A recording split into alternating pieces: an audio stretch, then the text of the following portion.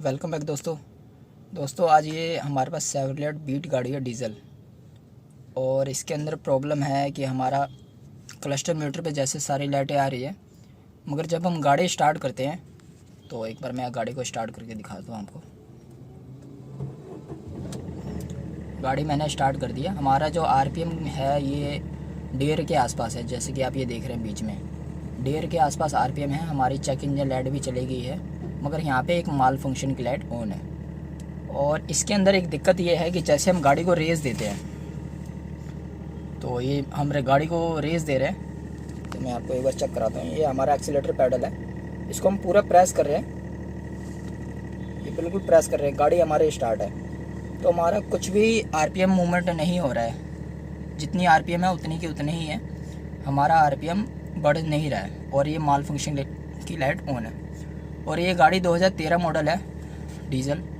तो इसके अंदर प्रॉब्लम सिर्फ यही है कि हमारी गाड़ी एक एक्सीलेटर नहीं ले रही है। अभी तो हमारा ये फ़ॉल्ट परमानेंट है, मगर कस्टमर का फ़ॉल्ट ये है कि गाड़ी चलते चलते में एक्सीलेटर भी छोड़ जाती है बीच बीच में। तो ये गाड़ी कहीं से चेक होके आई है। तो जैसा कि एक हमारा एक सेंसर है, मैनीफोल्ड मैप सेंसर, जैसे कि ये देख रहे हैं, ये मैप सेंसर है। तो इसको भी चेंज कर दिया है, तब भी प्रॉब्लम सॉल्व नहीं हुआ है। और इस गाड़ी का वायरिंग और सेंसर सारी चेकिंग हो चुकी है। तो आज हम इसका जो प्रॉब्लम है, इस गाड़ी में जो प्रॉब्लम है, इसको सॉल्व करेंगे कि इसके अंदर क्या दिक्कत है। तो सबसे पहले गाड़ी को हम स्कैन करेंगे। हमने अपना ओबीडी पोर्ट पे स्कैनर कनेक्ट कर दिया है। हमारे स्कैनर में भी लाइट आ रही है। और ये हमारा टैबलेट है। तो यहाँ पे लोकल डायग्नोस्टिक में जाएंगे, शेवरलेट, ओके।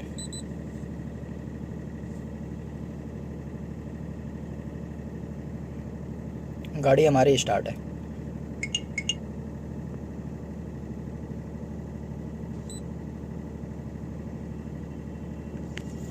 ऑटोमेटिक सर्च करेंगे, यस।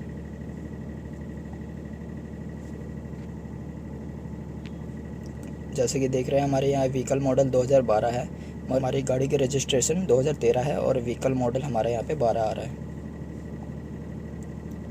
तो यहाँ पे हम पूरी हेल्थ रिपोर्ट निकालेंगे गाड़ी के। ईसीएम के अंदर हमारा 7 फॉल्ट आ रहा है।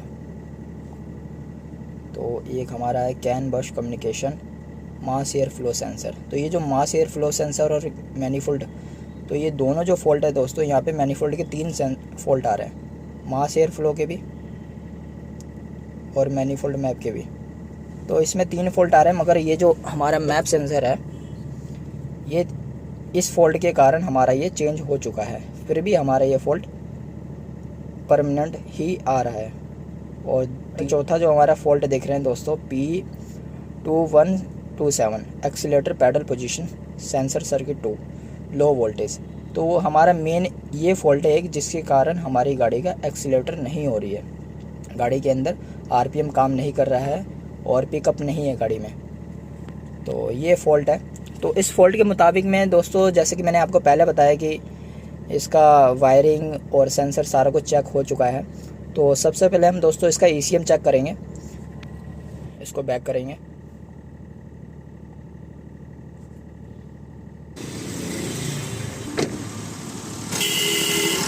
जैसा कि देख रहे हैं दोस्तों हमारा इंजन स्टार्ट है।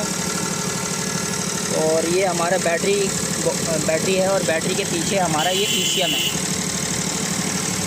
ये हमारा बैटरी है और ये बैटरी के पीछे हमारा ये ईसीएम है। तो वायरिंग हमारी सारी चेक हो चुकी है। जैसे कि देख रहे हैं दोस्तों, हमारी वायरिंग में सारी टेप लगा हुआ है, सारे टेपिंग हुई पड़ी है। और हमारी जितनी भी मैनीफोल्ड मैप सेंसर है वो भी हमने डाल के देख लिया था, मतलब कहीं से गाड़ी होके आई है तो वहाँ पे मैनीफोल्ड मैप सेंसर भी डाल दिया है, वायरिंग भी चेक कर लिया है। इन दोनों चीज़ों में फ़ॉल्ट नहीं है। तो अब हम इसका ईसीएम रिपेयर करेंगे। तो ईसीएम खोलते हैं। सबसे पहले उसके लिए हमें बैटरी खोलनी पड़ेगी।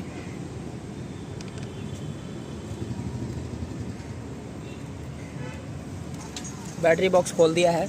ईसीएम खोलने के लिए हमें ये एक 10 नंबर का बोल्ट है, इसको भी खोल सकते हैं, यानी तो हमारा ईसीएम ऐसे भी निकल जाएगा, सिर्फ लॉक लगा होता है।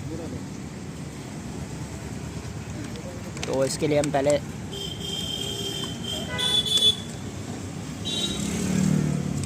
कनेक्टर निकालेंगे।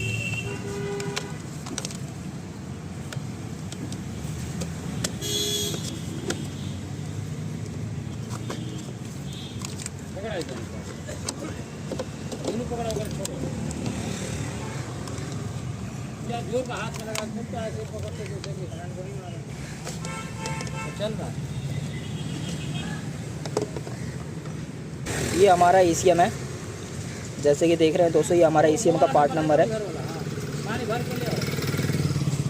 ECM निकालने के लिए जैसे कि ये 2 लॉक थे, इसको प्रेस करेंगे ऐसे, तो हमारा ECM बाहर की तरफ आ जाएगा। एक हमारा इस तरफ है और एक हमारा इस तरफ है। इसको फिर प्रेस करके ECM हम आसानी से बाहर निकाल सकते हैं बिना कुछ खोले, सिर्फ बैटरी की खोलनी पड़ेगी हमें। तो दोस्तों हमारा ये ECM है, हम इसको चेकिंग करेंगे। अगर इसके अंदर कोई फ़ॉल्ट मिलता है तो इसका रिपेयरिंग करेंगे। फाइनली दोस्तों ECM रिपेयर हो चुका है और इसकी चेकिंग करने के बाद से हमें ECM में ही प्रॉब्लम मिली है, जो एक्सीलेटर नहीं ले रही थी। तो ECM रिपेयर कर दिया है और इसकी हम फिटिंग करेंगे। फिटिंग करने के बाद से स्कैन करके चेक करेंगे कि हमारा फ़ॉल्ट जो आया था एक्सीलेटर पैडल पोजीशन का, वो क्या क्लियर होता है या नहीं। तो सबसे पहले फ़िटिंग बनाते हैं इसकी। तो जिस हिसाब से हमने खोला था सेम वही प्रोसेस है दोबारा फ़िटिंग करने की। तो यहाँ पे सिर्फ लॉक है और कुछ नहीं है।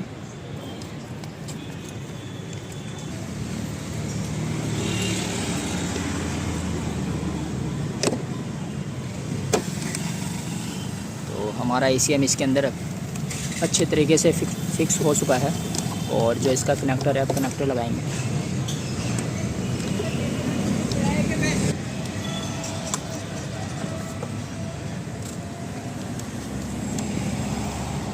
हमारा ECM का एक सॉकेट लग चुका है और ये जो दूसरा सॉकेट है इसको भी अच्छी तरीके से लगाएंगे। ECM की कभी भी सॉकेट लगाने में जल्दबाजी नहीं करनी चाहिए, इसको बड़े प्यार से फिक्स करके फिर पैक करना चाहिए, क्योंकि इसका पिन मुड़ जाता है। जो अंदर के ECM की पिनें होते हैं ये मुड़ जाता है कई बार। ECM फिटिंग हो चुका है और हम इसकी बैटरी फिटिंग करेंगे अब।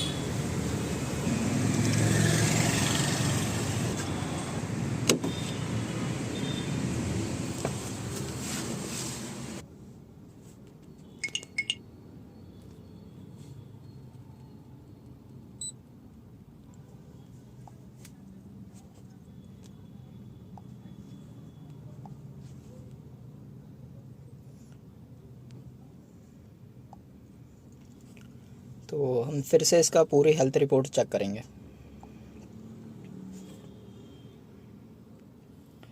तो जैसे कि देख रहे हैं दोस्तों, हमारा फर्स्ट टाइम जब हमने स्कैन करा था तो यहाँ पे 7 फॉल्ट आ रहे थे, अब यहाँ पे 4 फॉल्ट आ रहा है। और ये 4 फॉल्ट जो है इसको क्लिक करके चेक करेंगे कि कौन कौन से फॉल्ट आ रहे हैं। तो इसमें से हमारा जो एक्सीलेटर पैडल का है वो फॉल्ट अपने आप ही क्लियर हो चुका है। सिर्फ 2 फॉल्ट रह गए हैं, मास एयर फ्लो सेंसर मैनिफोल्ड और एक कंट्रोल मॉड्यूल प्रोसेसर।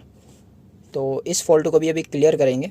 और एक जो हमारा फॉल्ट आ रहा है पावर स्ट्रिंग का, तो ये हमारा कंट्रोल मॉड्यूल कम्युनिकेशन बस ऑफ माल फंक्शन का, तो इसको हम पहले क्लियर करेंगे। क्लियर DTC के पर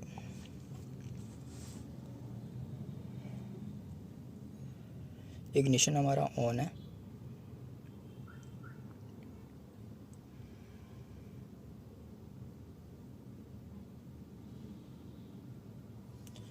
तो जैसे कि देख रहे हैं दोस्तों, हमारा जो क्लियर DTC करने के बाद से सिर्फ एक फॉल्ट रह गया है मैनिफोल्ड प्रेशर का।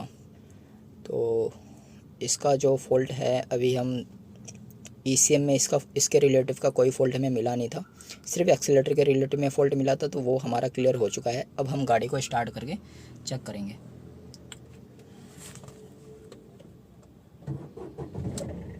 गाड़ी हमारी स्टार्ट है और जो यहाँ पे मीटर में माल फंक्शन की लाइट आ रही थी वो भी हमारी क्लियर हो चुकी है। तो सबसे पहले रेस दे के चेक करेंगे। तो जो हमारी गाड़ी पहले रेस नहीं ले रही थी, अब वो फर्स्ट क्लास दोस्तों रेस ले रही है।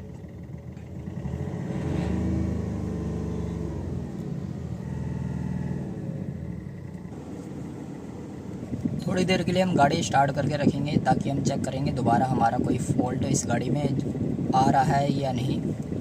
अभी तो हमारा मीटर में माल फंक्शन की जो लाइट थी वो ऑफ है और स्कैनिंग में अभी हमारा सिर्फ एक फॉल्ट है मैनीफोल्ड सेंसर का, तो इसके कारण हमारा एक माल फंक्शन की लाइट हमारी आ सकती है। तो फिर भी हम थोड़ी देर गाड़ी को स्टार्ट करेंगे और एक्सीलेटर दे के गाड़ी की ट्राई भी लेंगे, फिर हम चेक करेंगे कि हमारा कोई फॉल्ट दोबारा कोई अलग से कोई आया है या। जैसा कि देख रहे हैं दोस्तों, मैं गाड़ी की रनिंग कर रहा हूँ और हमारा माल फंक्शन की लाइट ऑन हो गई है, मगर जो हमारा एक्सीलेटर है वो प्रॉपर तरीके से काम कर रहा है। तो हम गाड़ी की ट्राई ले रहे हैं और अभी माल फंक्शन की लाइट सिर्फ ऑन है, और मगर हमारी गाड़ी का जो पिकअप है वो बिल्कुल फर्स्ट क्लास है।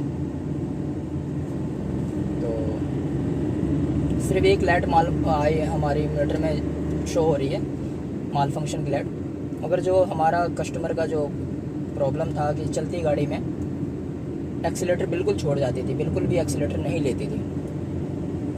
तो अभी तक तो हमारे को रनिंग कर रहे हैं, कम से कम 1-1.5 किलोमीटर के आसपास गाड़ी चला दी है और अभी तक कोई फ़ॉल्ट आया नहीं है, नहीं तो इतने में कम से कम फ़ॉल्ट आ जाता था कस्टमर को। फिर भी 1-2 चक्कर और लगाएंगे, हम अपनी पूरी तसल्ली करेंगे।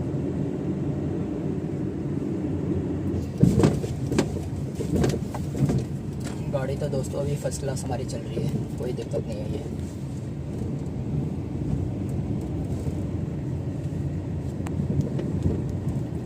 जब गाड़ी का एक्सीलेटर दोस्तों जब छोड़ता है, जब गाड़ी बिल्कुल भी एक्सीलेटर नहीं लेती है, तो सिर्फ 1000 जो आरपीएम होता है, जो गाड़ी स्टार्टिंग की जो आरपीएम है 1000 या 800, उसी के कंडीशन से गाड़ी हमारी चलती है। मगर अभी हमारा ये फर्स्ट क्लास पिकअप भी है गाड़ी में और गाड़ी भी फर्स्ट क्लास चल रही है।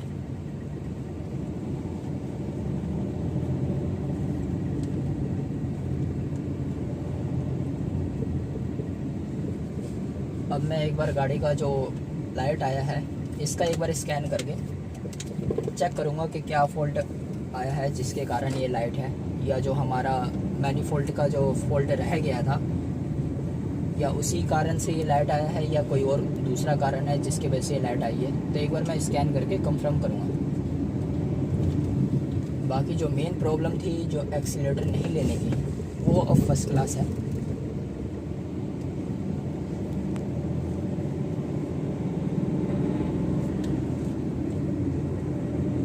गाड़ी भी हमारी 50-60 की स्पीड में चल रही है। गाड़ी को लगभग हमने 3 से 4 किलोमीटर चला दिया है और हमारा कोई फॉल्ट नहीं आया। दोबारा स्कैन करने पर, जैसे कि मैंने आपको बोला था कि स्कैन करूँगा जो हमारी लाइट आई थी वो किस कारण से आई थी, तो हमारा जैसे पहले एक फ़ॉल्ट रह गया, तो ये अब 2 फ़ॉल्ट हो गया। तो हमारा दूसरा जो फ़ॉल्ट है इंजन ओवर बूस्ट, तो ये दोनों फ़ॉल्ट एक ही रिलेटिव में है। तो जो है बायोमेट्रिक प्रेशर सेंसर का जो फ़ॉल्ट आ रहा है मैनीफोल्ड का, तो कस्टमर ने तो मैप सेंसर तो डलवा दिया है। इसका मतलब हमारा मैनीफोल्ड जो मैप सेंसर है ये ओके है, क्योंकि ये पार्ट हमारा डल चुका है। मगर जो हमारा बायोमेट्रिक प्रेशर सेंसर का जो फॉल्ट आ रहा है ये भी मैनीफोल्ड में ही लगा होता है। तो इस गाड़ी में हो सकता है कि कहीं ना कहीं से एयर लीक हो रहा हो, जिसके कारण ये फॉल्ट बन रहा हो। तो ये फॉल्ट हमारा ECM में नहीं है, ये बाहर की जो एयर है वो अंदर डायरेक्टली इंजन में आ रहा होगा, तो उसके कारण भी ये फॉल्ट आता है।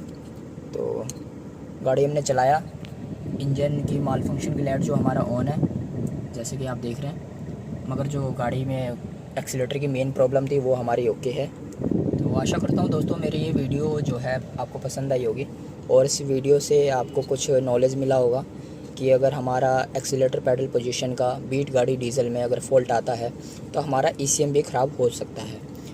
तो जैसे कि ये गाड़ी कहीं से आई थी तो इसका मैनीफोल्ड मैप सेंसर भी डाल दिया, वायरिंग भी पूरी चेक कर ली।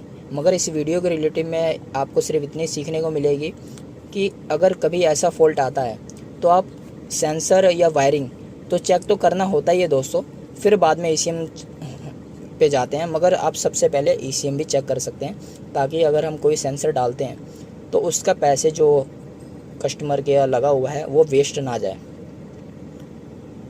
तो धन्यवाद दोस्तों, thanks for watching this video.